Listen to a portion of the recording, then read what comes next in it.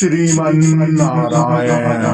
मन को शांत स्थिर करने के लिए आइए हम आज दो महत्वपूर्ण उपायों की बात करेंगे।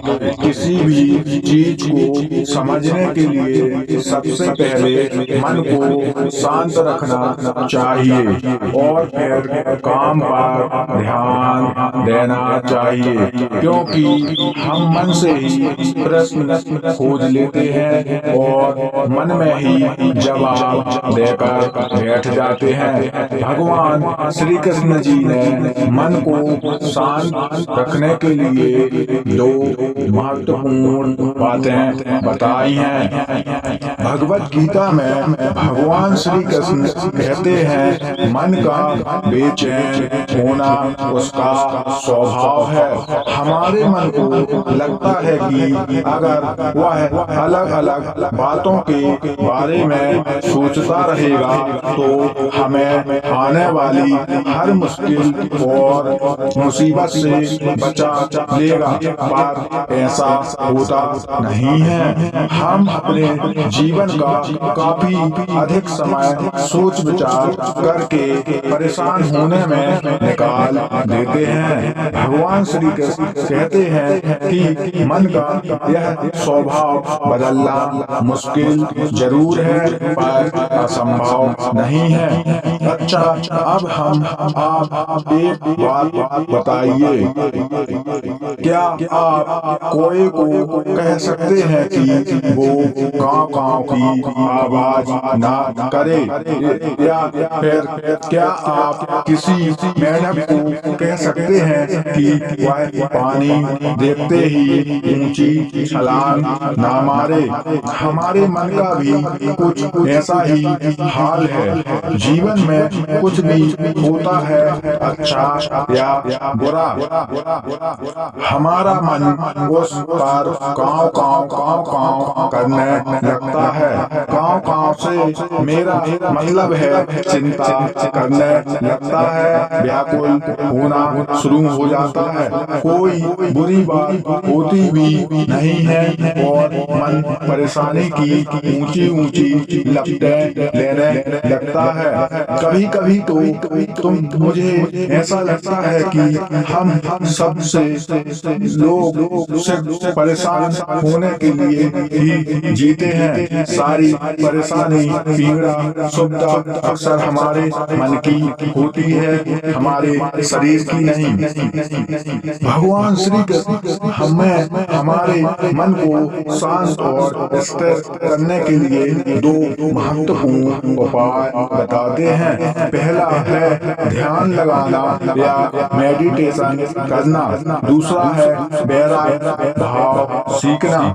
या मेडिटेशन सुनते ही आप में से कई लोग कहेंगे कि आप आँख बंद कर सांसें अंदर बाहर नहीं ले सकते। यह सिर्फ आँख बंद कर बैठना नहीं होता।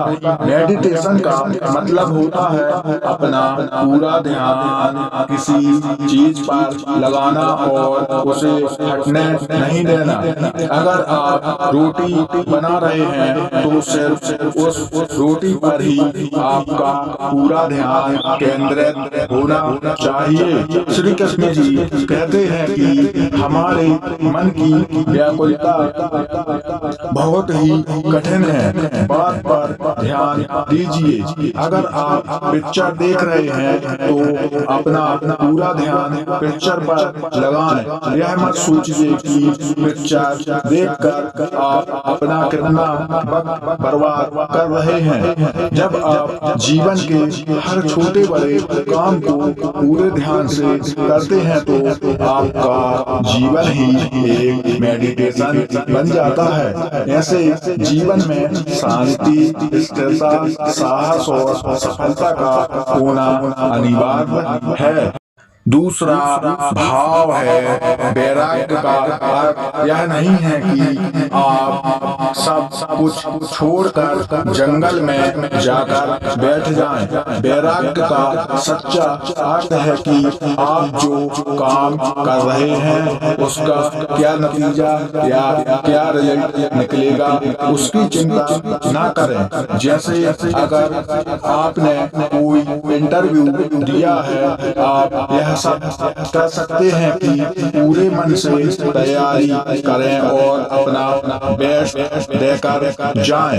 वह नौकरी मिलना या ना मिलना आपके हाथ में नहीं है। इस नतीजे के पीछे अलग अलग चीजें हैं जो आपके बिल्कुल कंट्रोल में नहीं। तो जिस चीज के बारे में आप कुछ कर नहीं सकते उसके बारे में चिंता भी ना करें। यही वैराग्य का सच्चा मतलब होता है और यही है भगवान श्री कृष्ण का दूसरा उपाय मन को चिंता की लपेटों से बचाने का। आगे हम श्री कृष्ण जी के और महत्वपूर्ण उद्देश्य के बारे में जान लेते हैं। याद रखिए, आप पूरे के पूरे इंसान हैं, समझदारी, संयम और कुशलता से भरे इंसान हैं। आपका मन जब भी पोए की तरह अलग अलग बातों पर आपको परेशान करने लगे तब अपने मन को भी प्यार से समझाइए और शांत कर लीजिए। बस अपने ऊपर विश्वास रखिए कि आप कभी अपना बुरा नहीं होने देंगे। धन्यवाद।